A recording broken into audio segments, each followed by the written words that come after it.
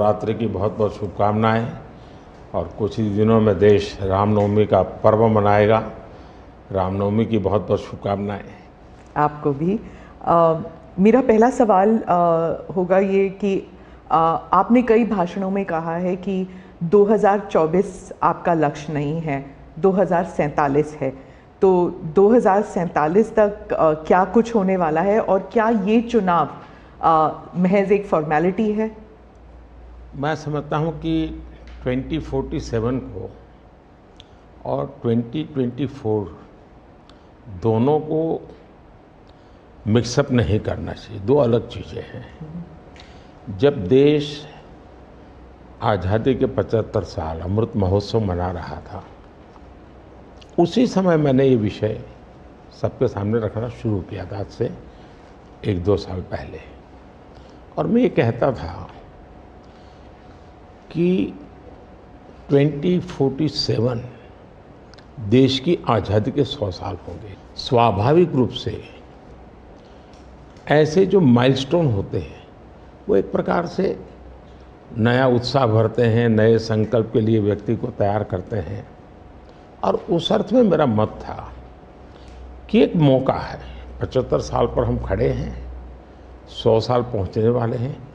इस 25 साल का सर्वाधिक उपयोग कैसे करें?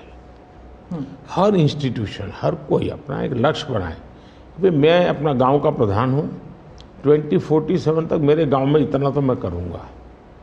आरबीआई को मैं कार्यक्रम में भी गया, 90 साल का उनका कहा।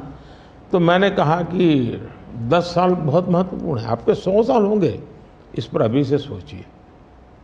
तो मेरे मन में 2047 ये भारत की आज़ादी के 100 साल और देश में एक प्रेरणा जगनी चाहिए। और आज़ादी के 100 साल अपने आप एक बहुत इंस्पिरेशन है, किसी व्यक्ति की जरूरत नहीं है। तो एक पार्ट तो वो है। दूसरा है 2024। 2024 ये चुनाव का हमारा जो क्रम है 5 साल का, उसके हिसाब से वो आया हुआ क्रम है। और मैं मानता हूं कि चुनाव ऑल टुगेदर डिफरेंट थिंग है। एक तरफ इस चुनाव में आप देखते हैं, लोकतंत्र में चुनाव को हमने लाइट नहीं लेना चाहिए। ये एक बहुत बड़ा महापर्व है और इसलिए मेरा तो मत है कि उत्सव के रूप में मनाना चाहिए। उससे जैसे स्पोर्ट्स, उसका जब फेस्टिवल होता है, स्पोर्ट्स के इवेंट होते हैं, वो स्पोर्ट्समैन स्पिरिट को पैदा करते हैं। प्रतिस्पर्धा भी। जब खेल का मैदान होता है तो देखने वाले, खेलने वाले, स्पोर्ट्समैन स्पिरिट का एक एनवायरनमेंट क्रिएट होता है जो हमारे संस्कार बन जाते हैं। चुनाव का ये माहौल अगर हम उत्सव में पलट दें, लोकोत्सव बना दें, तो हमारी रगों में, डेमोक्रेसी आने वाली पीढ़ियों के रगों में वो संस्कार बन जाती है। और लोकतंत्र के लिए बहुत आवश्यक है कि लोकतंत्र ये सिर्फ संविधान की सीमाओं में नहीं बंधना चाहिए, हमारी रगों में होना चाहिए, हमारे संस्कार में होना चाहिए। और उस अर्थ में मैं 2024 को देखता हूँ। ये बात सही है कि हमारा 25 साल का विजन, और उसमें मैंने बहुत काम किया है। और ये आज कर रहा हूँ ऐसा नहीं है। शायद मैं जब गुजरात में था तब भी उन दिशा में सोचता था। अब देखिए 2024 का चुनाव तो देश के सामने एक अवसर है कि एक कांग्रेस सरकार का मॉडल और एक बीजेपी सरकार का मॉडल, उनका 5-6 दशक का काम, मैं उनके लिए बहुत खुला मैदान छोड़ता हूँ। 5-6 दशक का काम और मेरा सिर्फ 10 साल का काम। कंपैरिजन कीजिए, किसी भी क्षेत्र में कंपैरिजन कीजिए, अगर कुछ कमियां होगी तो भी हमारी एफर्ट्स में कमी नहीं रही होगी। दूसरा, मुझे 10 साल में 2 साल तो कोविड की लड़ाई में जाना पड़ा और आफ्टर इफेक्ट भी बहुत था। फिर भी आज हम कंपैरेटिवली देश को स्पीड कहो, स्केल कहो, सर्वांगीण विकास की बात करें तो वो कहें, सर्व समावेशक विकास की बात कहें तो वो देखें। हर पैरामीटर पे आपको कांग्रेस के मॉडल से एक ऐसा मॉडल नजर आ रहा है कि हाँ, इस रास्ते पर हम चलेंगे इतनी गति से, और गति और बढ़ानी है मुझे। अगले टर्म में गति भी बढ़ानी है और स्केल भी बढ़ाना है, तो वो तो मेरा लक्ष्य ही है। दूसरा, आप देखेंगे कि जब देश चलाने की देशवासी जिम्मेवारी देते हैं तो आपका सिंगल माइंडेड फोकस होना चाहिए। देश के लोग दुर्भाग्य से पहले की राजनीतिक कल्चर ने परिवार को कैसे मजबूत बनाना, परिवार की जड़ों को कोई उखाड़ न दे, उसी में शक्ति लगाते रहे। जबकि मैं देश मजबूत इसी एक लक्ष्य को लेकर के काम कर रहा हूँ। मेरी सरकार पूरी उस लक्ष्य को लेकर काम रही। और जब देश मजबूत होता है तो हर कोई उसका बेनिफिशियरी संतोष अनुभव करता है। कहाँ यार, कुछ तो हो रहा है, मेहनत तो कर रहा है, ईमानदारी से कर रहा है, इन चीज़ों का इम्पैक्ट होता है। तो 2024 ये चुनाव है और चुनाव का मैदान है, तो हम एक अपने ट्रैक रिकॉर्ड को लेकर के गए हैं और वे अपने ट्रैक रिकॉर्ड को लेकर के आए हैं।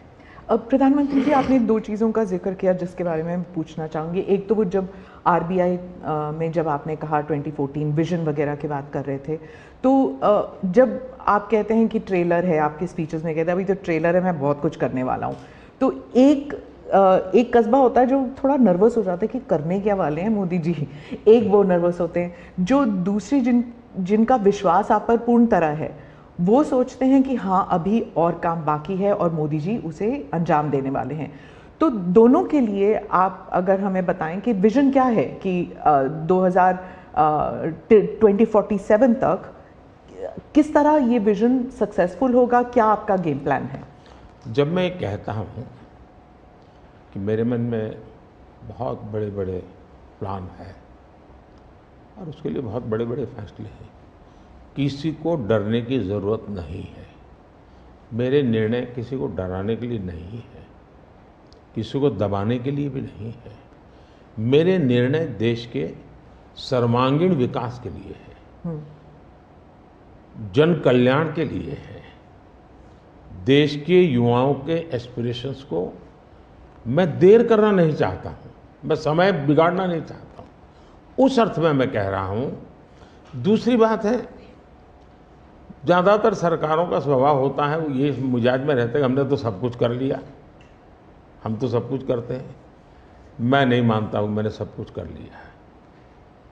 मैंने ज़्यादा से ज़्यादा करने का प्रयास किया है, सही दिशा में जाने का प्रयास किया है, फिर भी बहुत कुछ है जो मुझे अभी भी करना है, क्योंकि मैं देखता हूँ मेरे देश की कितनी आवश्यकताएं हैं।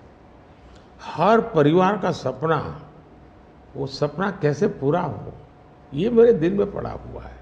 और इसलिए मैं कहता हूँ जो हुआ है वो ट्रेलर है, आपको अच्छा लगा है, लेकिन मैं बहुत अधिक करना चाहता हूँ, उस अर्थ में मैं उस बात को कहता हूँ।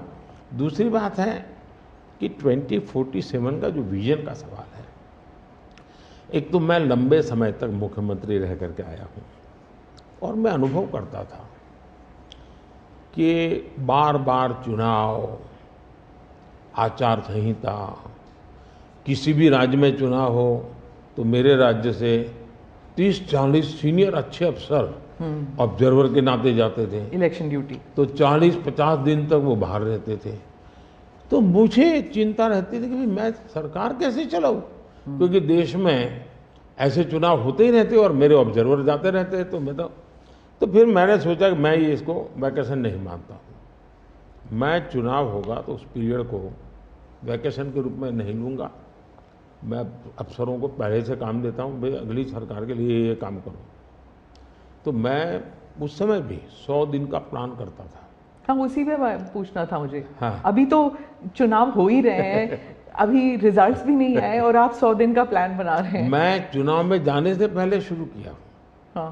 और दरअसल मैंने कैसे किया कि मैं पिछले 2 साल से 2047 को ध्यान में रख के काम करता था और उसके लिए मैंने देश भर में लोगों के ओपिनियन मांगे, सुझाव मांगे।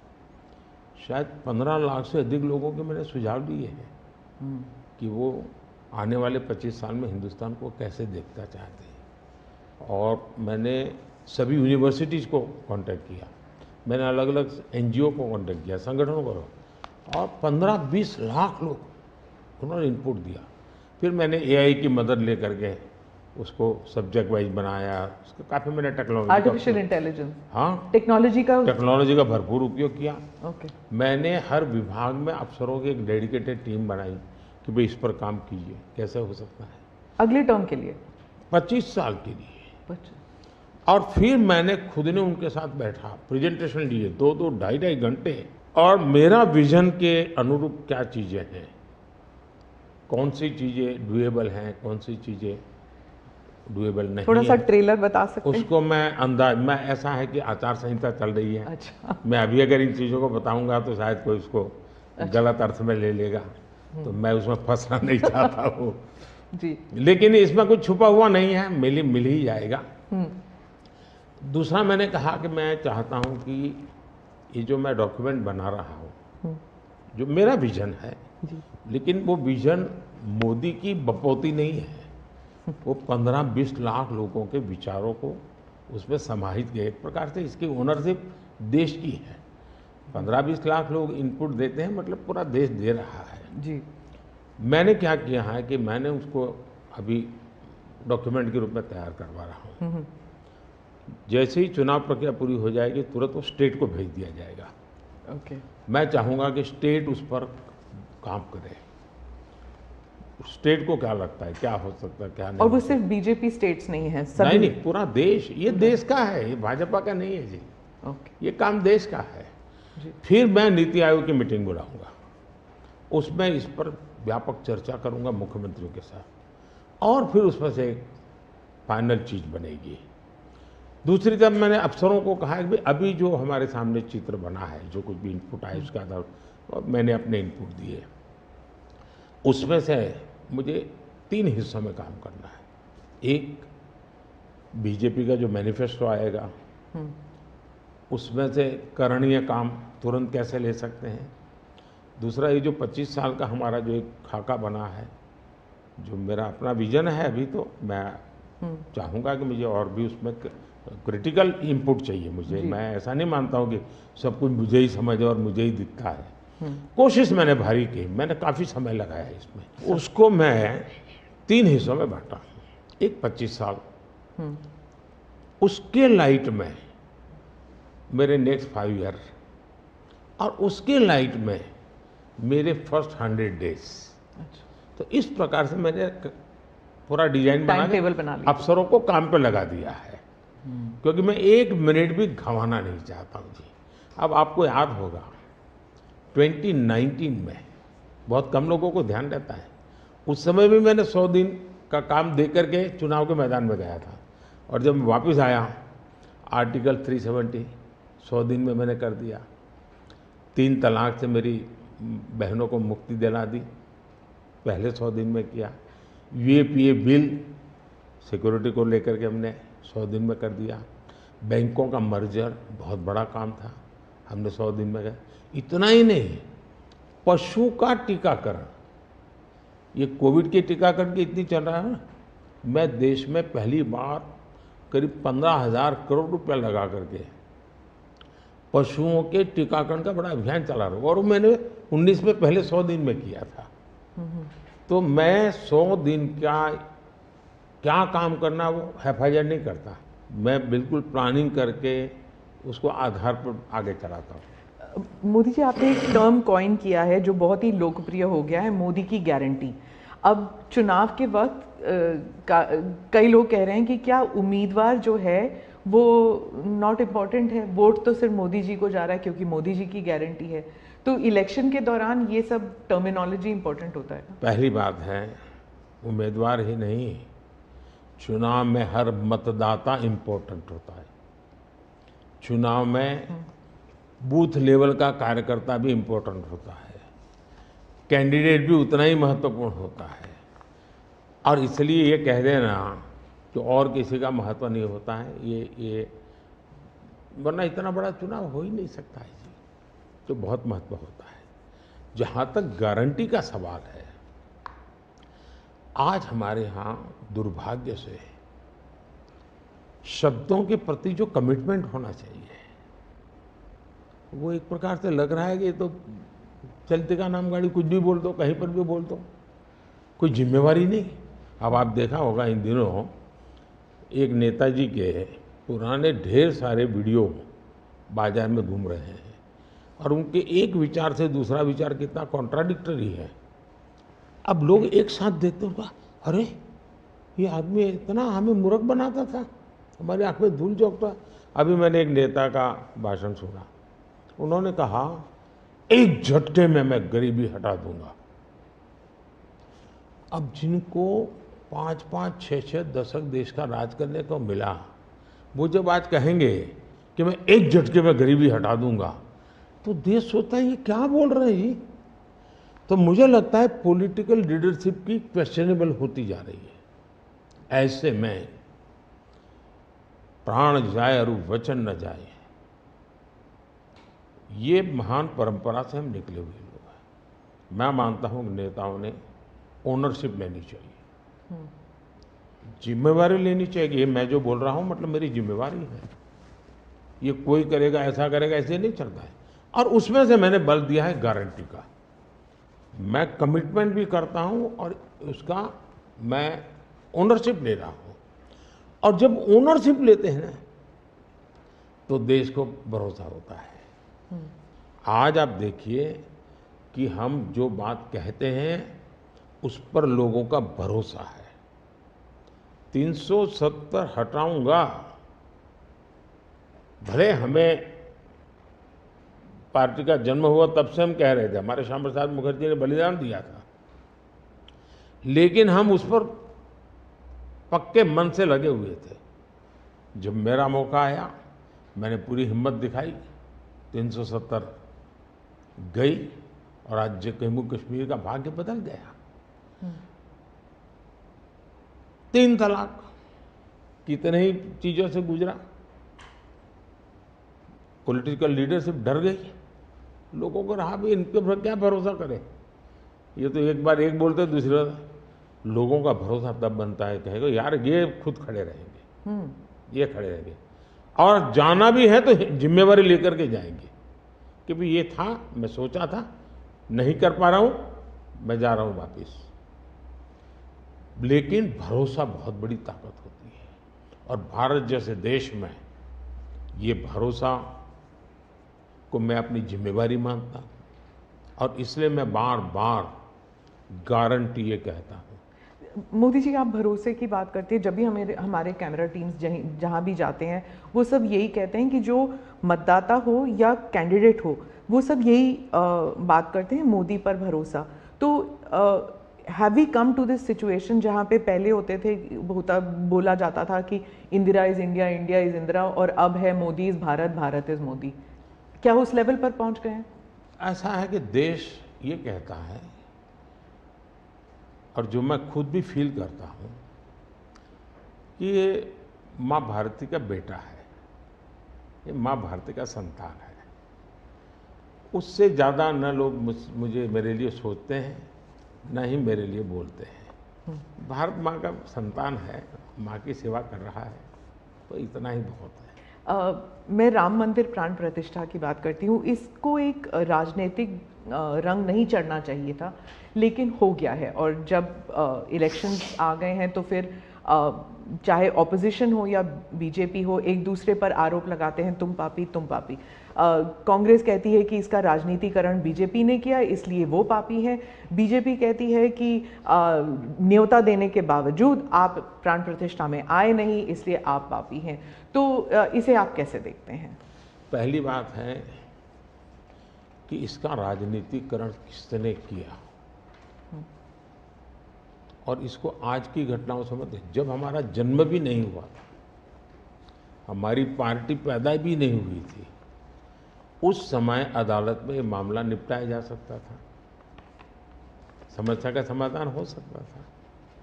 भारत विभाजन हुआ तो विभाजन के समय ये तय कर सकते हैं, चलो भाई इतनी इतनी चीज़ें ऐसा कर लो, वो नहीं किया गया।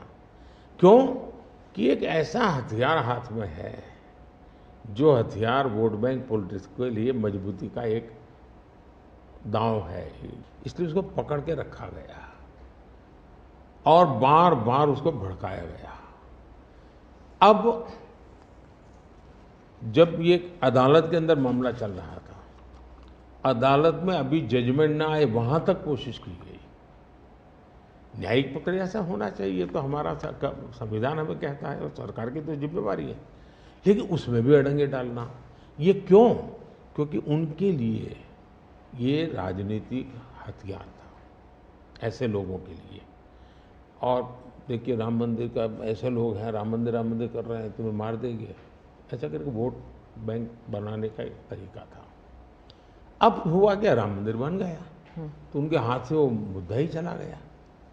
अब वो किसी को डरा नहीं पा रहे हैं, राम मंदिर आ जाएगा, आ गया, कुछ नहीं हुआ, आग नहीं लगी कोई।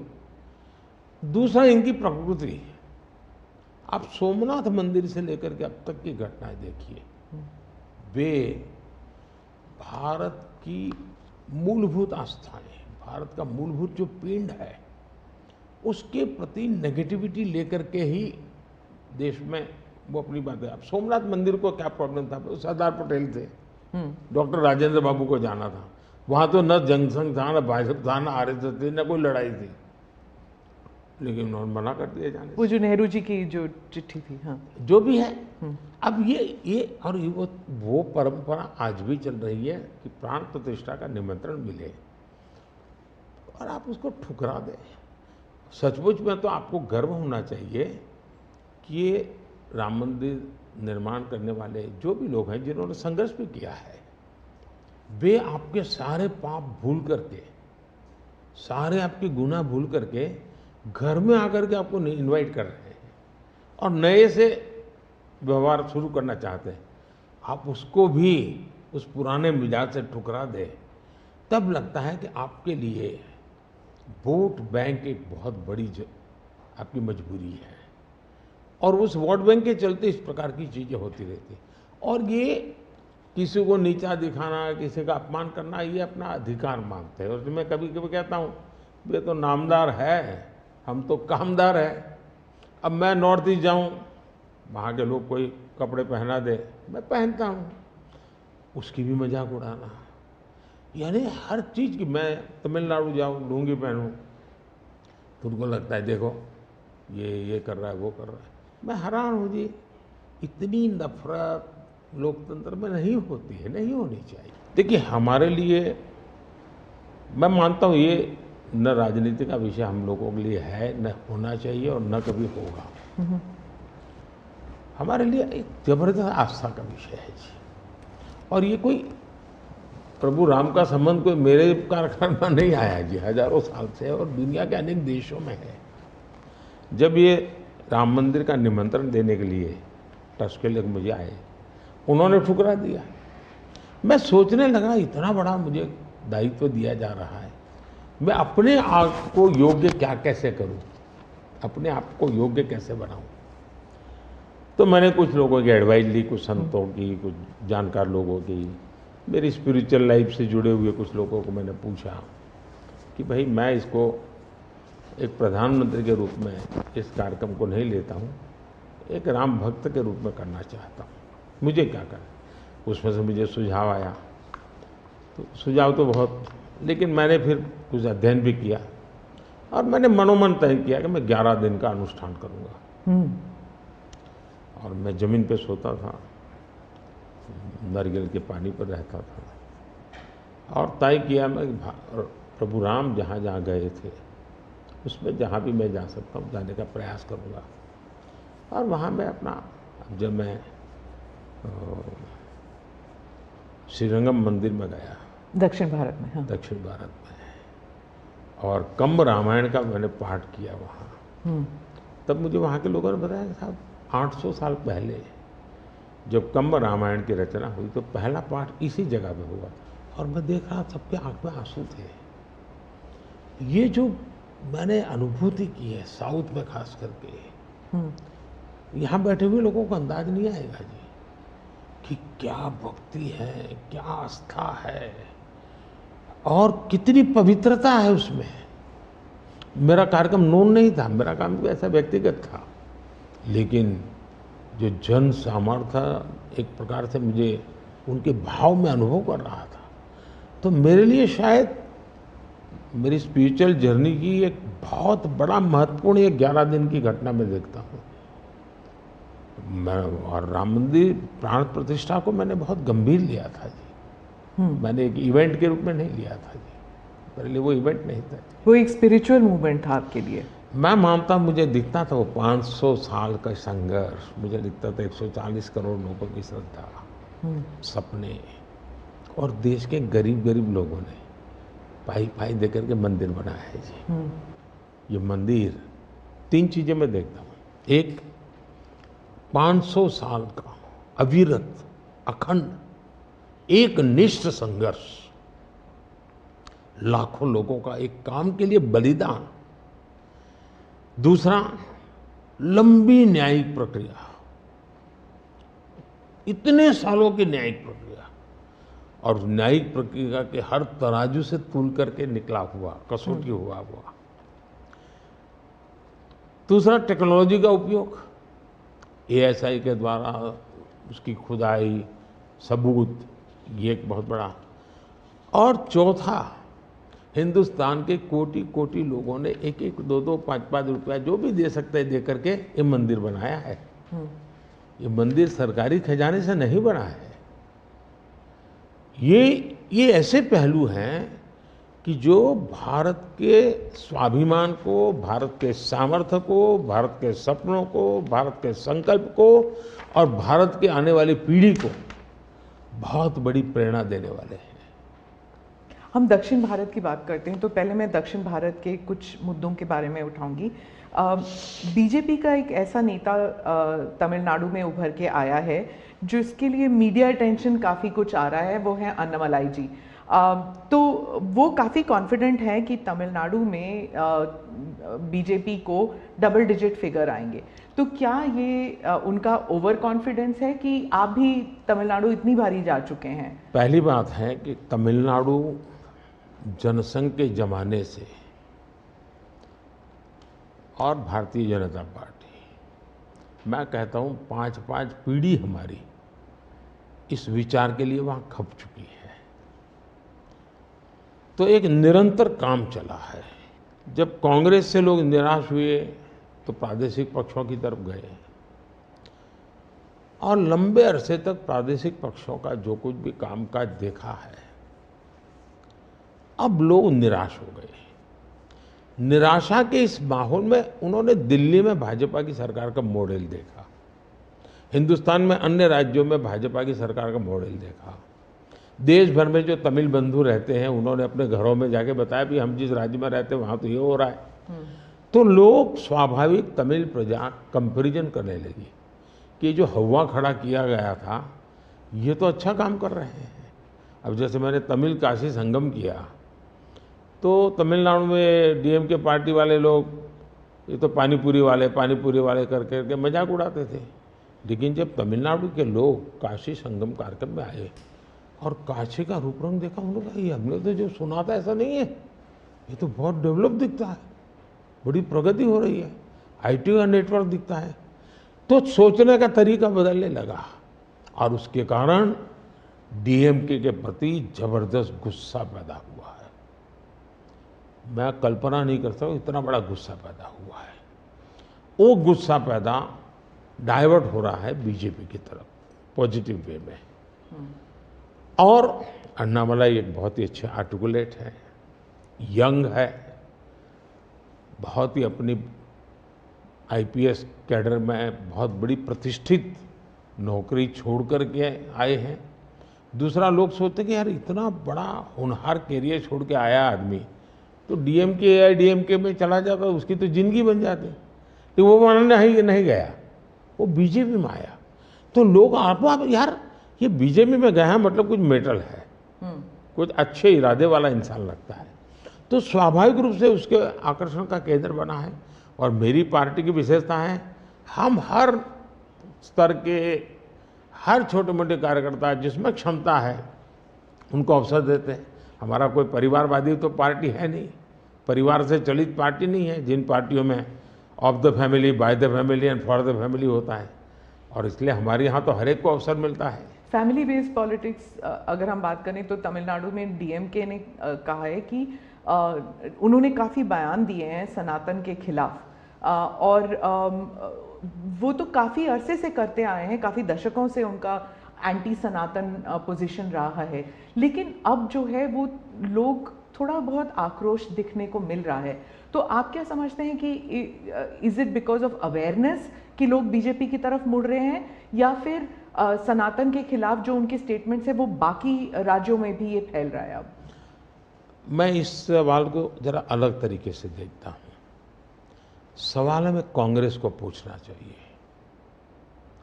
जो कांग्रेस जिसके साथ किसी जमाने में महात्मा गांधी का नाम जुड़ा हुआ था, जो कांग्रेस जहां इंदिरा गांधी जी गले में माला खुलेआम पहन करके घूमती थी, रुद्राक्ष माला जो, हाँ, रुद्राक्ष माला पहन करके घूमती थी इंदिरा जी। सवाल कांग्रेस को पूछना चाहिए कि तुम्हारी क्या मजबूरी है कि सनातन के खिलाफ इतना जहर उगलने वाले लोगों के साथ तुम क्यों बैठे हो भाई? क्या तुम्हारी राजनीति अधूरी रह जाएगी क्या? ये कौन सी कांग्रेस की सोच विकृति आ रही है कांग्रेस में, ये चिंता का विषय है। डीएमके का तो जन्म शायद इस नफरत में पैदा हुआ होगा, और धीरे धीरे वो नफरत का खेल भी उनका लोग स्वीकार करने नहीं लगे हैं, और इसलिए वो नए नए तौर तरीके अपना करके बोल रहे हैं। प्रश्न उनका नहीं है, प्रश्न कांग्रेस जैसी पार्टी का है कि उसने अपना मूल कैरेक्टर गंवा दिया है क्या? जब संविधान सभा में जो लोग बैठे थे तो ज़्यादातर गांधीयन लोग थे, ज़्यादातर कांग्रेस की विचारधारा से जुड़े हुए लोग थे, और पहला संविधान बना, उसके हर पेज पर जो पेंटिंग है रामायण, वो सनातन की ही परंपरा से जुड़े हुए हैं। तो आपका संविधान बना, उस संविधान में सनातन का गौरव का हिस्सा था, और आज सनातन को इतनी भयंकर गालियां देने की हिम्मत हो और आप उनके साथ चुनाव की राजनीति करें, उनके साथ मंच साझा करें, मजबूरी कांग्रेस की ये देश के लिए चिंता का विषय है। और जो तमिलनाडु के मुख्यमंत्री और कुछ और दक्षिण के मंत्री हैं, मुख्यमंत्री हैं, वो कहते हैं कि जो दक्षिण है वो अलग इकाई है, उत्तर अलग इकाई है, दक्षिण भारत और उत्तर भारत, और बीजेपी जो है वो दक्षिण भारत में सेंध नहीं कर सकती। राहुल गांधी ने तो संसद में भी कहा था कि आप अगर पूर्व से देखें, बंगाल से देखें, उड़ीसा, आंध्र प्रदेश, तेलंगाना, तमिलनाडु, केरल तक जाएं, पूरे उस एरिया में बीजेपी सेंध नहीं कर पाएगी। दो अलग इकाई है क्या दक्षिण भारत और उत्तर भारत? पहली बात है, भारत बहुरत्ना वसुंधरा है, भारत विविधताओं से भरा हुआ देश है। यहाँ रेगिस्तान भी हैं, यहाँ समुद्री तट भी हैं, यहाँ हिमालय भी हैं, और यहाँ सह्याद्री भी हैं, यहाँ गंगा के पट भी हैं और कावेरी के पट भी हैं। तो भारत को टुकड़ों में देखना ये भारत के प्रति नासमझी का परिणाम है। अगर यही भाव होता, अगर आप हिंदुस्तान में देखें प्रभु राम के नाम से जुड़े हुए गांव कितने सबसे ज़्यादा कहाँ हैं, तो तमिलनाडु में है। इतने सारे गांव के नाम हैं कि उसमें राम तो होगा ही होगा। अब इसको आप कैसे अलग कह सकते हैं? किसको गले उतारेंगे आप? लेकिन भारत की विविधता है, पंजाबी जैसा होगा वैसा नागालैंड का व्यक्ति नहीं होगा, गुजराती जैसा होगा वैसा कश्मीर का व्यक्ति नहीं होगा। तो विविधता ही तो हमारी शक्ति है, हमने विविधता को सेलिब्रेट करना चाहिए। हमें गुलदस्ता ऐसा है भारत का जिसमें हर एक का अपना फूल दिखाई दे, ये भाव होना चाहिए। कांग्रेस कहती है कि बीजेपी और खासकर मोदी जी इस विविधता को अप्रिशिएट नहीं करते, एक रंग में ढालना चाहते हैं, और अगर 400 सीट जो आप कह रहे हैं अगर वो आ जाता है तो संविधान रद्द हो जाएगा, एक ही भाषा, एक ही रहन सहन, एक ही तरीका होगा, और वो है जो मोदी जी कहेंगे। मैं समझ नहीं पाता हूँ कि जो व्यक्ति यूएन में जाकर के पहली बार दुनिया की सबसे पुरातन भाषा तमिल भाषा का गुणगान करता हो, किस आधार पर उस व्यक्ति को आप ऐसे आरोप लगा रहे हो? मेरा तो मत है, और मैं जब कपड़े अलग अलग राज्य के पहनता हूं तो उनको ही परेशानी हो रही है। मुसीबत उनकी है कि वो एक सांचे में देश को डालना चाहते हैं। हम तो विविधता की पूजा करते हैं, हम विविधता को सेलिब्रेट करते हैं। और मैं हमको हर एक को कहता हूँ, जैसे हमने कहा कि भाई डॉक्टर बनना है, इंजीनियर बनना, मातृभाषा में क्यों नहीं बन सकता है? जब मैं मातृभाषा में डॉक्टर इंजीनियर बनने की बात करता हूँ, मतलब कि मैं मातृभाषा को सेलिब्रेट कर रहा हूँ, उसका महात्मा ही बढ़ा रहा हूँ। मुझे ये अभी एक गेमिंग वाले सब बच्चों के साथ बैठा था, तो उनमें से किसी ने पूछा कि हमारे लिए कोई संदेश, तो ऐसे मैंने कहा एक काम करो, अब जब भी आप हस्ताक्षर कहीं करेंगे, सिग्नेचर करेंगे, अपनी मातृभाषा में सिग्नेचर करो, इतना तो गर्व करो। अब मैं तो विविधता को लाने की कोशिश कर रहा हूँ। अब उनको आरोप लगाने हैं, क्या करेंगे? कुछ मुख्यमंत्री हैं वो कहते हैं कि उन्हें सेंटर से सहयोग नहीं मिलता। दक्षिण के भी कुछ मुख्यमंत्री हैं, आप भी मुख्यमंत्री रह चुके हैं, अब प्रधानमंत्री हैं पिछले 10 साल में। क्या कोऑपरेटिव फेडरलिज्म को लेकर आपके विचार बदल गए हैं जब आप मुख्यमंत्री थे और जब अभी आप प्रधानमंत्री हैं? दरअसल, और क्या उन्हें नहीं मिलता सहयोग? दुर्भाग्य हुआ है कि जो रीजनल एस्पिरेशंस होते हैं उसको सबसे ज़्यादा तवज्जो देनी चाहिए। ये मेरी पार्टी की फिलॉसफी है। अगर आप रीजनल एस्पिरेशंस जो हैं उसको नकार करके विकसित भारत का सपना पूरा नहीं कर सकते। दूसरा, मैं गुजरात में लंबे समय तक मुख्यमंत्री रह के आया हूँ,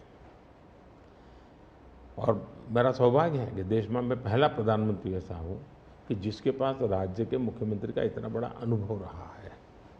तो एक मुख्यमंत्री के नाते केंद्र से क्या अपेक्षाएं होती हैं, केंद्र से क्या तकलीफें होती हैं, उसको मैंने भली भांति झेला है, समझा भी है। और इसलिए मैं कतई नहीं चाहूँगा कि मेरे देश का कोई राज्य, उसका उमंग उत्साह हो विकास का, उस पर कोई रुकावट पैदा हो। अगर रुकावट हटा सकता हूँ और उसमें मैं उनकी मदद कर सकता हूँ, वो भी मैं करने के लिए, क्योंकि मुझे देश बनाना है। दूसरा, मैं जब गुजरात था तब भी मेरा मंत्र था, यहाँ सरकार यूपीए की थी, तब भी मेरा मंत्र था भारत के विकास के लिए गुजरात का विकास। मैं गुजरात का विकास करूंगा, क्यों? क्योंकि मुझे मेरा देश का विकास करना है। हमारे देश में वातावरण बनना चाहिए। और हमने एस्पिरेशनल डिस्ट्रिक्ट की कल्पना की। हर राज्य में हमने कहा कि ये राज्य के पैरामीटर के बराबर है। भारत सरकार ने योजना बनाई, उसकी मदद की।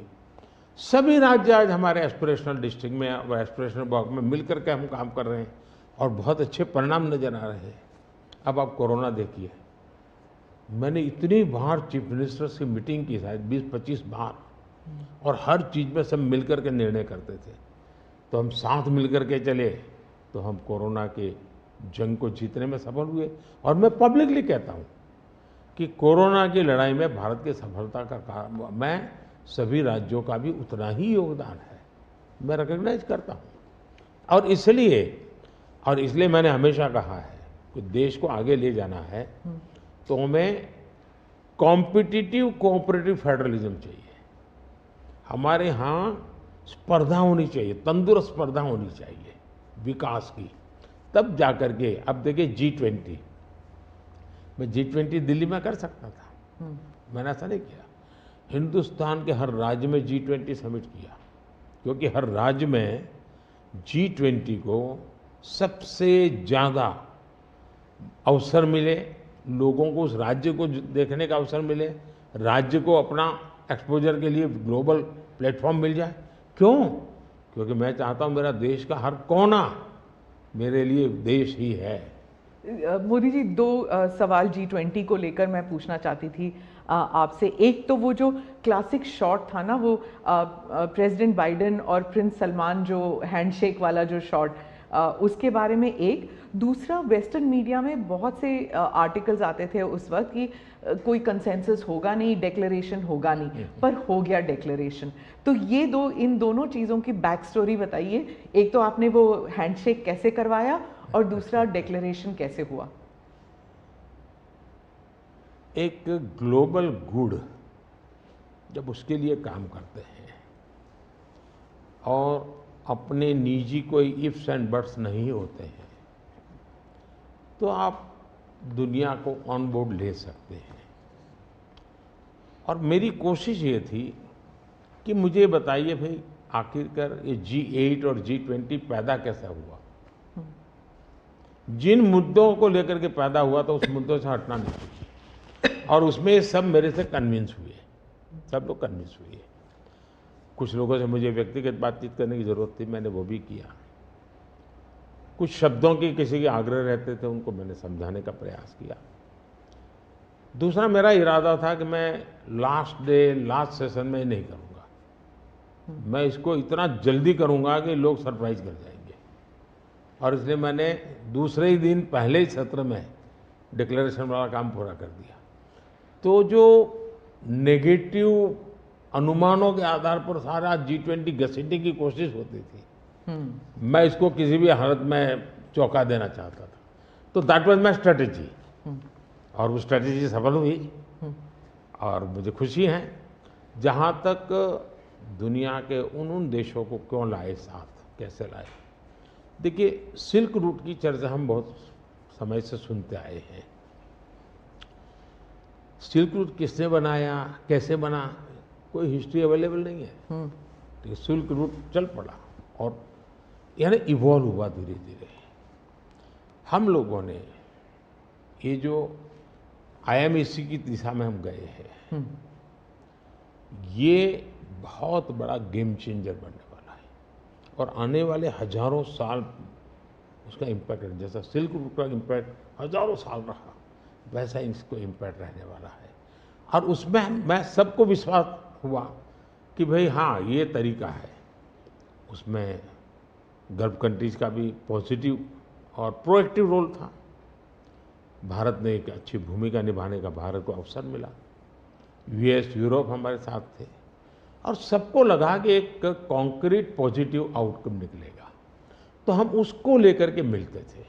तो उसमें स्वाभाविक था कि सऊदी किंग और प्रेसिडेंट बाइडेन और दोनों के साथ मेरी अच्छी मित्रता है, तो मैं किसी का भी हाथ भी पकड़ सकता हूँ, किसी की बात भी कर सकता हूँ। पर्सनालिटी पॉलिटिक्स भी आता है ना, क्योंकि देखिए आप कि अगर हम विदेश नीति की बात करें तो खाड़ी के साथ जो हमारे रिश्ते बेहतर हुए हैं, उसके लिए बहुत से लोग कहते हैं कि it is because of your personal intervention. आपको सम्मान भी दिया गया था वहाँ पर।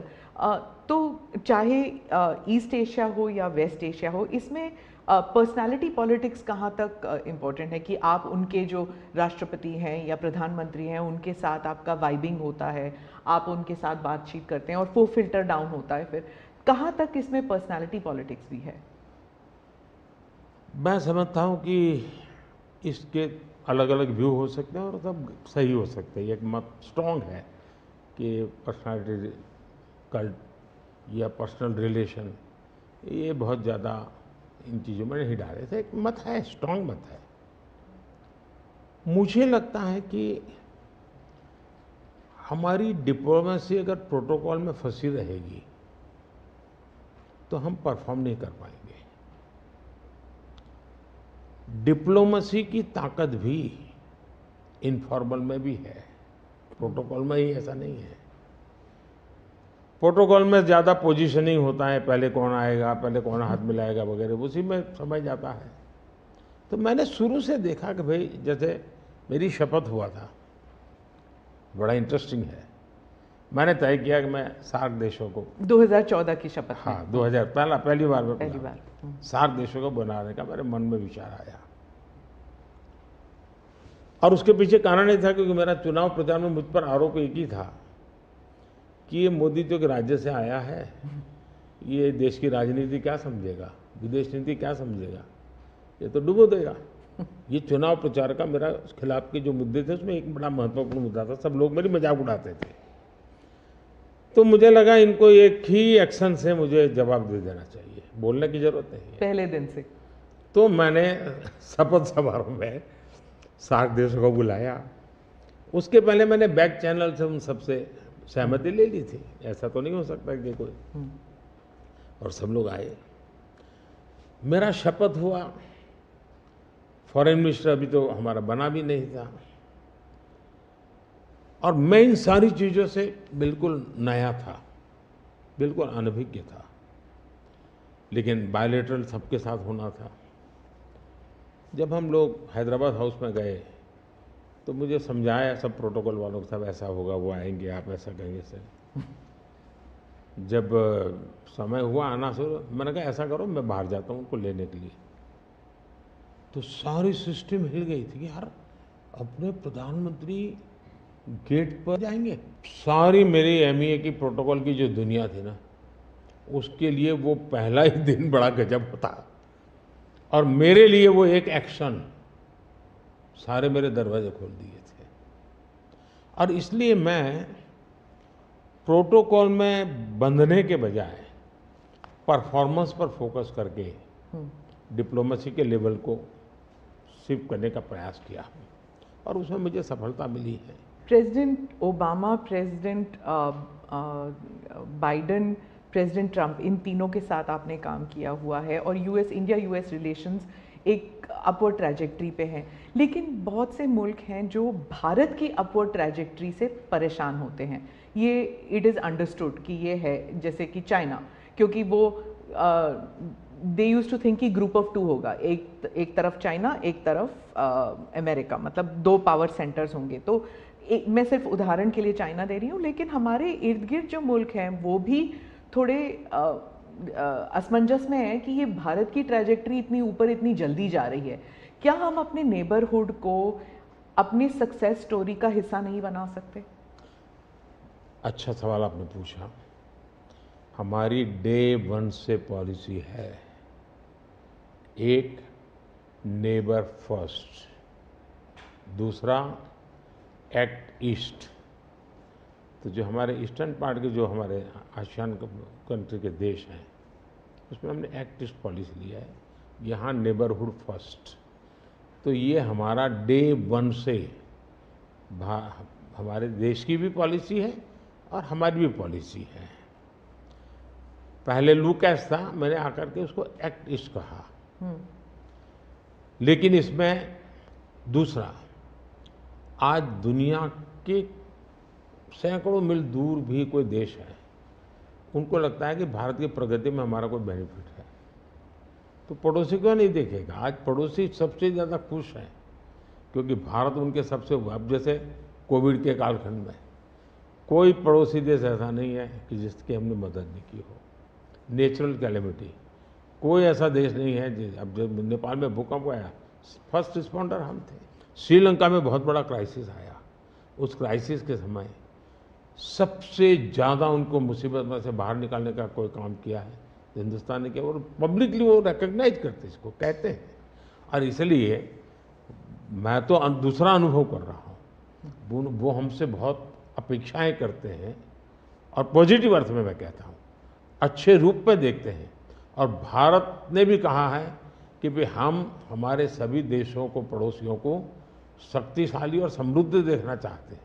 आपने दोस्ती का हाथ बढ़ाया था 2014 से ही पाकिस्तान, चाइना के साथ भी ऐसे किया था। लेकिन जब आप सक्सेस स्टोरी या अपने नेबरहुड फर्स्ट की बात करते हैं तो पाकिस्तान, चाइना, मालदीव्स ये भी आते हैं, और यहाँ पर कटाक्ष है अगर आप बात करें तो। इसके लिए सुधार उसमें उनकी अंदरूनी राजनीति महत्वपूर्ण है। भारत और उन देशों का संबंधों से ज़्यादा उनका इंटरनल पॉलिटिक्स के लिए कुछ चीज़ें जरूरी है। जी, विदेशी मीडिया जो है वो हमेशा कहती है कि Modi is the most popular prime minister in India. वो इस बारे में कोई दो राय नहीं है, लेकिन ये भी कहती है कि a strong Modi means democracy start sliding. मतलब लोकतंत्र के लिए खतरा है अगर मोदी जी और स्ट्रॉन्ग हो जाएंगे, लेकिन भारत में कुछ और ही है। वो वही रेटिंग्स, वही एजेंसीज कहते हैं कि लोग जो हैं वो खुश हैं कि मोदी जी अगर स्ट्रॉन्ग हो जाएं, तो उन्हीं के रेटिंग्स ये कहते हैं। आप इस बारे में क्या कहेंगे? पहली बात है कि उनकी टर्मिनोलॉजी क्या है और उनके इस कंक्लूजन पर आने का आधार क्या है, ये अपने आप में एक रिसर्च का विषय है। लेकिन मैं ये समझ नहीं पाता हूँ कि जिस देश में 6 लाख पंचायतें चुने हुए लोगों से चलती हो, दुनिया में कोई देश ऐसा है कि जहाँ 6 लाख पंचायतें और नियमित रूप से चुनाव जहाँ होते हैं, इतने राज्य, अनेक पार्टियों की सरकारें, हमारे देश में शायद ही कोई ऐसी पॉलिटिकल पार्टी होगी जो कहीं सत्ता में ना हो। तो ये सब होने के बावजूद अगर ये कहना कि सर्वसत्ताधीश कोई बन रहा है, तो ये तो मुझे लगता है उनको जानकारियों का अभाव है हिंदू। दूसरा, अगर मोदी सर्वसत्ताधीश के रूप में रहता तो G20 में मेरे अगल बगल में ही कर रहा है। मैंने तो राज्यों के पास, क्योंकि डेमोक्रेटिक कैरेक्टर है ये हमारा। मोदी जी एक, मैं मदर ऑफ डेमोक्रेसी इसकी दुनिया में गुंज कर रहा हूँ, तो उनको क्वेश्चन हो रहा है क्योंकि वो अभी भी स्वीकारने को तैयार नहीं कि भारत मदर ऑफ डेमोक्रेसी है। हाँ, एक सवाल था, यूक्रेन में जब युद्ध चल रहा था तो भारत के जो वहाँ पर छात्र थे उन्हें सुरक्षित रूप से वापस भारत लाया गया। ये एक दिल हिलाने वाला किस्सा था। इसमें आपने हॉस्टिलिटीज़ रोकने के लिए पर्सनल हस्तक्षेप किया था, पर्सनल इंटरवेंशन किया था, ये सुनने में आया है। तो इसके बारे में कुछ बताएंगे? देखिए, यूक्रेन की चर्चा ज़रा ज़्यादा हुई है खिलाफ, लेकिन मैं 14 से लेकर ऐसी कई घटनाएं हैं। अगर आपने एक सुषमा स्वराज जी का एक इंटरव्यू है, आप देखिए कि कैसे यमन में से हमने हिंदुस्तान के लोगों को लाए, और सऊदी किंग के साथ मैंने बात कर करके उनसे कहा भाई मुझे वहाँ यमन से लोगों को लाना है, तो आपका बॉम्बार्डिंग चल रहा है, हम कर नहीं पा रहे हैं, मुझे कैसे मदद करेंगे? तो उन्होंने कहा कुछ समझ लीजिए मुझे। और सुषमा जी ने अपने इंटरव्यू में सारी चीज़ें कही हुई है। भारत की रिक्वेस्ट पर एक पीरियड रहता था जिस पीरियड में बॉम्बार्डिंग नहीं होता था, और उस समय हम हवाई जहाज़ में हमारे लोगों को निकालते। यमन से करीब 5,000 लोगों को हम बुलाए थे। उसी प्रकार से यूक्रेन में मेरा यूक्रेन से भी इतना ही घनिष्ठ नेता है, मेरा रशिया से भी इतना ही घनिष्ठ नाता रहा है। दोनों राष्ट्रपति के साथ में बहुत मित्रतापूर्ण मेरा रहा है। मैं पब्लिकली राष्ट्रपति पुतिन को कह सकता हूँ कि युद्ध का समय नहीं है। मैं यूक्रेन को भी कह सकता हूँ पब्लिकली कि बातचीत के रास्ते पर ही जाना चाहिए, और इसके कारण मेरी क्रेडिबिलिटी है। और जब मैंने कहा भाई भारत के इतने लोग, हमारे नौजवान फंसे हुए हैं और मुझे आपकी मदद चाहिए, और मैं आप क्या व्यवस्था कर सकते हो? फिर मैंने बताया मैंने इतनी व्यवस्था की है, आप इतना मेरी मदद कीजिए। उन्होंने मदद की, और भारत के तिरंगे की ताकत इतनी थी कि विदेशी व्यक्ति की भी भारत का तिरंगा हाथ में रखता था तो उसके लिए जगह मिल जाती थी।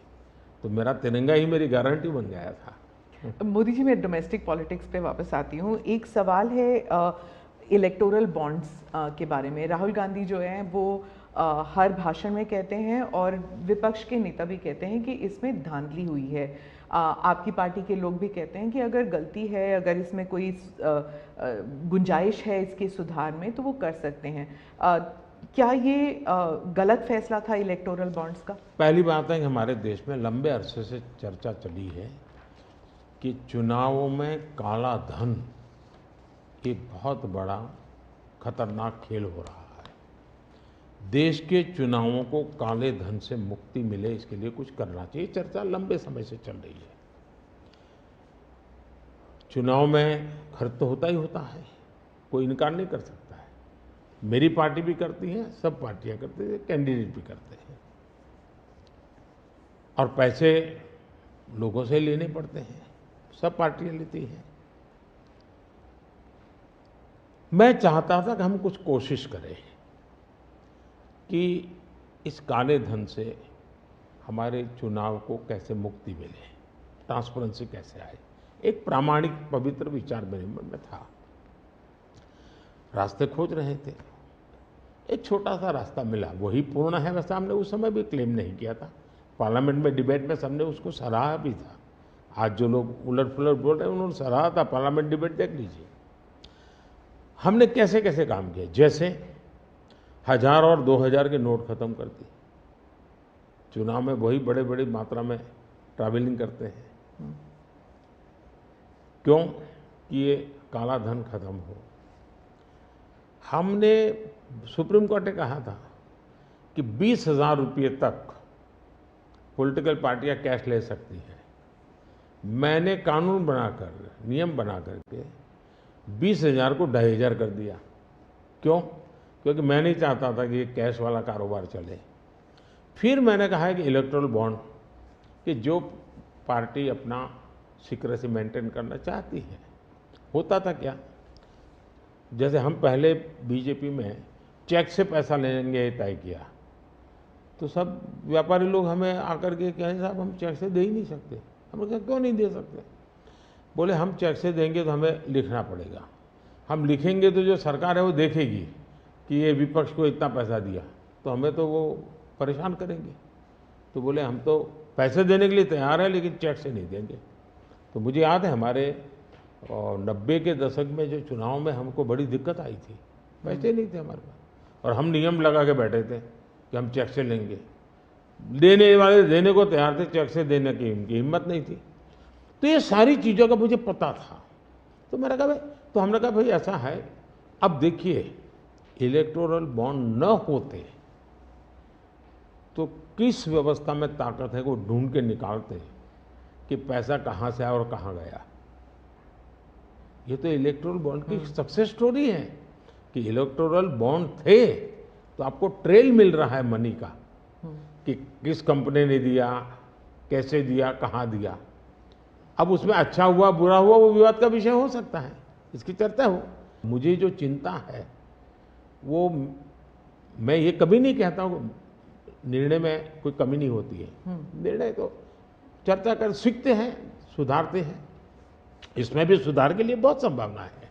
लेकिन आज हम पूरी तरह काले धन की तरफ देश को धकेल दिया है, और इसलिए मैं कहता हूँ सब लोग पछताएंगे जब बाद में ईमानदारी से सोचेंगे, सब लोग पछताएंगे। अब देखिए इलेक्टोरल बॉन्ड का भी विशेषता देखिए कैसा झूठ चल रहा है। कुल देश में 3000 कंपनियों ने इलेक्टोरल बॉन्ड दिए हैं, उसमें 3000 में 26 कंपनियां ऐसी हैं जिन पर कार्रवाई हुई है। ये कहते हैं ना ईडी वीडी टिकना फलाना, 3000 डोनर है उसमें सिर्फ 26, और उनमें से 16 कंपनियां ऐसी थी छापा जब लगा उस समय बॉन्ड खरीदा। कोई जोड़ सकता है इसको, अगर बॉन्ड खरीदा, लोग ये जोड़ रहे हैं, उसकी विशेषता ये है कि ये जो 16 कंपनियों ने बॉन्ड खरीदा उसमें से 37 पैसा अमाउंट बीजेपी को डोनेशन में मिली। 37, 63% बीजेपी के विरोधी पार्टियों को मिली, अगर पूरे जोड़े जाएं तो। हाँ, मैं ये 16 कंपनी जिसका ईडी सीबीआई कोई न कोई उस समय एक्शन भी हुआ और बॉन्ड भी निकला, 37% अमाउंट बीजेपी ने, 63 ऑपोजिशन को। क्या ईडी रेड करे और ऑपोजिशन को डोनेशन देने का कार्यक्रम वर्क करे? क्या बीजेपी ऐसा करेगी? इसका मतलब कि 63% पैसा विपक्ष के पास जाए और आप आरोप हम पर लगाएं, लेकिन उनको गोलमोल बोलना है और भाग जाना है। हम ट्रांसपेरेंसी की बात करते हैं तो विपक्ष कहता है कि ईडी, सीबीआई, आईटी, सारे के सारे इदारे जो हैं इलेक्शन कमीशन को भी जोड़ते हैं वो कि सारे इदारों पर बीजेपी हावी है और लेवल प्लेइंग फील्ड है ही नहीं, मतलब they already making the ground कि इलेक्शन जो है वो फेयर नहीं हो सकता। इसमें एक भी कानून मेरी सरकार ने नहीं बनाया, चाहे ईडी हो, सीबीआई हो, चाहे इलेक्शन कमीशन। ऊपर से हमने तो इलेक्शन कमीशन में सुधार किए हैं। आज इलेक्शन कमीशन बनता है तो ऑपोजिशन भी उसमें होता है। पहले तो प्रधानमंत्री एक फाइल पे साइन करके इलेक्शन कमीशन बना देता था, और जो उनके परिवार के साथ निकट जुड़े थे ऐसे ऐसे लोग इलेक्शन कमिश्नर बने थे। ऐसे लोग इलेक्शन कमिश्नर बने थे जो वहाँ से निकलने के बाद राज्यसभा के मेंबर बने, उनकी सरकार के मिनिस्टर बने। ऐसे इलेक्शन कमिश्नर बने थे जो कांग्रेस के बाद में कैंडिडेट बने, और इसलिए हम उस लेवल पे प्ले नहीं कर सकते। तो हमारा लेवल प्ले फील्ड हो ही नहीं सकता, हम ऐसे बन ही नहीं सकते। हम अच्छे रास्ते पर जाना चाहते हैं, हम उस रास्ते पर जाना नहीं चाहते। दूसरी बात है, आखिर ईडी सीबीआई कैसे बनी? ईडी वगैरह का आप देखेंगे या इलेक्शन कमीशन का अपने एक कहावत है, नाच न जाने आंगन टेढ़ा। और इसलिए कभी ईवीएम का बहाना निकालेंगे, कभी मूलतः पराजय के लिए वो कुछ रीजनिंग अभी से सेट करने में लगे हैं ताकि पराजय उनके खाते में न चढ़ जाए। वो कह रहे हैं लड़े कैसे आप? या तो ऑपोजिशन लीडर्स को जेल में डाल रहे हैं, या फिर अगर वो आपकी पार्टी में आ गए तो सारे पाप धुल गए। कितने ऑपोजिशन लीडर जेल में हैं? कोई मुझे बताए। और क्या यही ऑपोजिशन लीडर उनके सरकार चलाते थे? या जेल का डर है? हाँ, डर तो पाप का होता है जी, ईमानदार को क्या डर होता है? मेरे यहाँ भी तो उन्होंने मेरे होम मिनिस्टर सबको जेल में डाल दिया था। दूसरा, ईडी की बात करते हैं। आप गुजरात के बारे में कह रहे हैं जब आप मुख्यमंत्री? हाँ, मैं मुख्यमंत्री था। अच्छा, जो ईडी की बात करते हैं, ईडी ने जितने केसेस किए ना, उसमें से सिर्फ, देश को समझना, सिर्फ 3% ही पॉलिटिकल लोग इन्वॉल्व है जिन पर एक केस हुए हैं। 97% जिनका राजनीति से कोई लेना देना नहीं, ऐसे लोगों है को हुआ है, जो कोई ड्रग माफिया है, कुछ अफसर हैं जो करप्शन करते हैं, कुछ अफसर हैं जो बेनामी संपत्ति बना के बैठे हुए हैं। 97% केस उन पर हुए हैं, जेलों में वो लोग गए हैं। अच्छा, मजा देखिए, ईडी एक स्वतंत्र संस्था को काम कर देना चाहिए, नहीं करने देना चाहिए? बनाई क्यों भाई? 2014 से पहले ये संपत्ति अटैच करने का ईडी को अधिकार है। 2014 से पहले उन्होंने सिर्फ 5,000 करोड़ रुपए की संपत्ति अटैच की। कौन रोकता था ईडी को भाई? और किसके लाभ में कहता? मेरे कालखंड में गलत काम करने वालों की 1 लाख करोड़ रुपए की संपत्ति अटैच हुई है। क्या ये देश की जनता का पैसा नहीं है? दूसरा आंकड़ा तो आप और हैरान हो जाओगे। 2014 पहले इसी ईडी ने देश में से 34 लाख रुपए, 34 लाख रुपया कैश जब्त किया था। मतलब कि स्कूल बैग में आ जाए इतना पैसा, स्कूल बैग में आ जाए। पिछले 10 साल में हमने 2,200 करोड़ रुपया कैश जब्त किया है। 2,200 करोड़ रुपया कैश जब्त किया है। कहाँ 34 लाख, कहाँ 2,200 करोड़। 34 लाख रुपया एक बैग में आ जाता है। 2,200 करोड़ रुपया सिर्फ करना है तो वो हाथी का छोटा सा ट्रक आता है ना, 70 ट्रक लगेंगे तब जाकर इतना रुपया हमने ईडी ने हमारे यहाँ हमारे कालखंड में।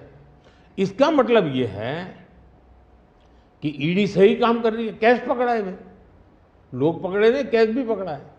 और मेरा ये कमिटमेंट है जी, मैं ये कन्विंस हूं कि भ्रष्टाचार ने देश को तबाह करके रखा है। हमें देश में से भ्रष्टाचार के खिलाफ लड़ाई लड़नी चाहिए, पूरी ताकत से लड़नी चाहिए। और ये मेरा व्यक्तिगत रूप से मेरा ये कन्विक्शन बना हुआ है। एक सवाल आर्थिक इशू पर है कि जब इलॉन मस्क भारत आने वाले हैं और वो जब आपसे अमेरिका में मिले थे तो उन्होंने कहा था वो आपके प्रशंसक हैं, he is a fan of yours. क्या हम भारत में टेस्ला कार, स्टारलिंक ये सब देखेंगे? और इससे जुड़ा एक सवाल था कि क्या जब ऐसे कंपनीज भारत में आएंगे तो क्या नौकरियां बढ़ेंगी? क्योंकि बहुत से लोग चाहते हैं कि, और थोड़ा भय भी है कि जब ये इंटरनेशनल कंपनीज भारत आएंगी तो क्या भारत में नौकरियां होंगी, नहीं होंगी? इन दोनों पर पूछना चाहती हूँ मैं। देखिए, पहली बात है, एलन मस्क मोदी के प्रशंसक है, वो अपनी जगह पे है। मूलतः वो भारत के प्रशंसक है और मैं अभी उनको मिला ऐसा नहीं। मैं 2015 में उनकी फैक्ट्री देखने गया था, वो कहीं बाहर थे, तो स्पेशली अपने सारे कार्यक्रम कैंसिल करके वो वापस आए। मुझे सब चीज़ें खुद ने अपनी फैक्ट्री में दिखाई और उनका विजन क्या है वो मैं उनसे समझा। मैं अभी गया तो दोबारा भी उनसे मिला था और अभी वो भारत आने वाले भी हैं। देखिए, भारत में पिछले 10 साल में दुनिया भर से हर क्षेत्र में पूंजी निवेश हो रहा है। अब हमारा ईवी मार्केट, इलेक्ट्रिक व्हीकल का मार्केट कितना बड़ा बना है, आपको जानकर के हैरानी होगी कि कितना बदलाव आया है, लोग पकड़ नहीं पाते। 2014-15 में हमारे देश में 2000 इलेक्ट्रिक व्हीकल थे, 2000 बिके थे। 14-15 में 2000 इलेक्ट्रिक व्हीकल बिके थे। 2023-24 में 12 लाख इलेक्ट्रिक व्हीकल बिके हैं। कहा 2000 और कहा 12 लाख। इसका मतलब इतना बड़ा चार्जिंग स्टेशन का नेटवर्क बना है, पर्यावरण को बहुत बड़ी मदद मिली है। यानी एक प्रकार से, और उसको लेकर के हमने आप एक पॉलिसी का रूप दिया है। हमने दुनिया को कहा कि भाई भारत बहुत तेज़ी से ईवी पे जा रहा है, मैन्युफैक्चरिंग करना चाहते वो आना चाहे आइए। इतना ही नहीं, मैं चाहता हूँ हिंदुस्तान में निवेश आना चाहिए, क्योंकि भारत में वो चीज़ें जिसमें भले पैसा किसी का भी लगा हो, पसीना मेरे देश का लगना चाहिए, उसके अंदर सुगंध मेरे देश की मिट्टी की आनी चाहिए, ताकि मेरे देश के नौजवानों को रोजगार मिले। और मैं उसके लिए, अब देखिए, गूगल उसका बड़ा काम यहाँ कर रहा है, सैमसंग यहाँ पर आया, एप्पल बहुत बड़ी मात्रा में यहाँ पर आया।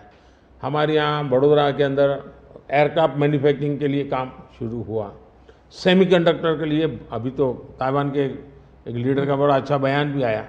यानी हम हर क्षेत्र में चाहते हैं कि लोग टेक्नोलॉजी ट्रांसफ़र करें, हम चाहते हैं कि लोग पूंजी निवेश करें, हम चाहते हैं कि हमारे देश के नौजवानों को रोजगार मिले। जी।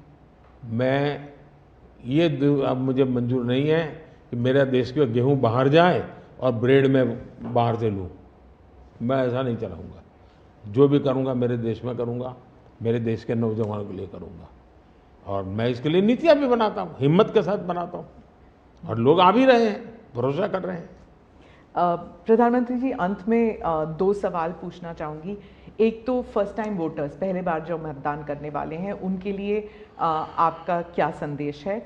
और दूसरा, जो ईमानदार मध्यम वर्गीय करदाता है, honest middle class tax payer, millions are there, तो उनके लिए वो क्या उम्मीद कर सकते हैं मोदी 3.0?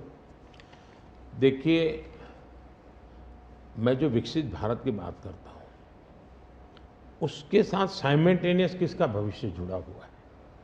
जो आज 20 साल का, 22 साल का है, वो 2047 में है, उसकी पूर्ण जिंदगी का एक कालखंड है एक प्रकार से। तब वो 40, 45, 50 का होगा। मतलब ये भारत के विकसित भारत बनने की प्रक्रिया और उसकी जिंदगी की प्रक्रिया दोनों साथ है। गोल्डन अपॉर्चुनिटी है उसके साथ। ये सबसे ज़्यादा बेनिफिशियरी आज का जो फर्स्ट टाइम वोटर है, वो 2047 का सबसे बड़ा बेनिफिशियरी बनने वाला है। ये बात मैं उसको समझा रहा हूँ कि भाई मैं तेरा भविष्य बना रहा हूँ, तुम मेरे साथ जुड़ जाओ, और मैं क्या मानता हूँ कि वो जुड़ेगा। दूसरा, फर्स्ट टाइम वोटर जो है वो परंपरागत चीज़ों से बाहर आना चाहता है। अब आप देखिए विपक्ष का घोषणा पत्र पूरी तरह इकोनॉमी को फेल करने वाला घोषणा पत्र है। एक प्रकार से विपक्ष का घोषणा पत्र देश के जो फर्स्ट टाइम वोटर हैं या पिछले जिनकी उम्र 25 से कम है, उनके भविष्य को रौंदने वाला उनका मैनिफेस्टो के इकोनॉमिक प्रोग्राम है। वो तो खटाखट खटाखट खटाखट पैसे देने वाला। मैं उनको क्या करना है, लेकिन पूरा आगे एनालिसिस करोगे तो सबसे बड़ा नुकसान ये जो देश के 25 साल की उम्र से कम उम्र वाले लोग हैं, उनके भविष्य को रौंदने वाला एक उनका इकोनॉमिक प्रोग्राम है जी। बर्बाद हो जाएगा। मुझे उनकी ज़िंदगी बनानी है। मैं देश में इनोवेशन को बल देना चाहता हूँ। देखिए देश में जो पैटेंट इन दिनों रजिस्ट्री हुई, हिस्टोरिकल रिकॉर्ड है पैटेंट के। तो यंग जनरेशन को लगता है हाँ हमारी ज़िंदगी बढ़ रही है। आज डेटा मेरे देश का इतना सस्ता है, मैं जानता हूँ मेरे देश को आर्थिक रूप से नुकसान हो रहा है, लेकिन सस्ता डेटा का परिणाम है कि मैं देश में डिजिटल रिवॉल्यूशन लाने में मेरे नौजवानों को मैंने ताकत दी है। आज वो दुनिया, मुझे अभी गेमिंग वाले बच्चे मिले थे, वो कहते थे साहब दुनिया के देश में हम खेलने के लिए जाते हैं, वहाँ डेटा इतना महंगा है। बोले हम 50 बार सोचते हैं, हम भारत के अंदर इतना हमारे लिए अवसर है, इतना सस्ता डेटा है तो हम हिम्मत कर रहे हैं। एजुकेशन में आज डेटा सस्ता होने के कारण उसको कितनी फायदा हो रहा है जी। लॉन्ग डिस्टेंस लर्निंग, हाँ हर चीज़ में, टेलीमेडिसिन में। ये जो हमने इन चीज़ों पर कंट्रोल करके रखा है, इसका बहुत बड़ा लाभ हो रहा है, बड़ा रिवॉल्यूशन हो रहा है। और जो मिडिल क्लास टैक्स पेयर है उसके लिए जो देखिए जहाँ तक टैक्स पेयर है, सचमुच में टैक्स पेयर का सम्मान होना चाहिए, टैक्स पेयर का गौरव होना चाहिए। आए दिन रास्ते चलते हर टैक्स पेयर को गाली देते रहेंगे तो देश कैसे चलेगा जी। ये मैं समझ नहीं आता हूँ ये किस सोच का परिणाम है। देखिए क्या बदलाव आया है। मैं टैक्स पेयर की बात करूँ, पिछले 10 वर्ष में ITR फाइल करने वालों की संख्या 2 गुने से अधिक हो गई। पहले 4 करोड़ से भी कम लोग ITR फाइल करते थे, आज 8 करोड़ से ज़्यादा लोग ITR फाइल कर रहे हैं। टैक्स कलेक्शन 3 गुना बढ़ोतरी हुई है। मतलब पहले जो नेट टैक्स कलेक्शन होता था वो 11 लाख करोड़ रुपए होता था, आज net tax collection 34 lakh crore रुपए हो रहा है। ये क्यों हो रहा है? उसको भरोसा है कि वो जो पैसा दे रहा है ना, वो सही जगह पे उपयोग हो रहा है, विकास के काम, चोरी लूटफाट में नहीं आया, इसलिए वो विश्वास के कारण देने के लिए आगे आया है। दूसरा, 7 लाख रुपये तक की इनकम पर टैक्स हमने माफ कर दिया है, जो पहले 2-2.5 लाख पे अटका हुआ था। 7 लाख रुपये कमाई तक कोई टैक्स नहीं देना है, फिर भी मेरे यहाँ टैक्स बढ़ रहा है। यानी और इसलिए मैं मानता हूँ, मैं तो हर टैक्स पेयर का हृदय से आभार व्यक्त करता हूँ, क्योंकि जो मुझे सपने पूरे करने हैं उसमें टैक्स पेयर जो धन देता है उसी से होने वाला है। और मैं मानता हूँ देश की प्रगति के लिए करदाताओं की संख्या बढ़नी चाहिए और करदाताओं पर बोझ कम होना चाहिए। इस मूलभूत फिलॉसफी की तरफ मैं आगे बढ़ना चाहता हूँ। जैसे, और मैं तो करदाताओं से एक प्रार्थना भी करूँगा कि देश के खातिर विकसित भारत के लिए करदाता क्या कर सकता है। मैं उनको कहूँगा कि आप कम से कम 3 लोगों को जो टैक्स नहीं देते हैं उनको प्रेरित करो कि वो टैक्स देना शुरू करें। हर टैक्स पेयर सिर्फ 3 लोगों को प्रेरित करें।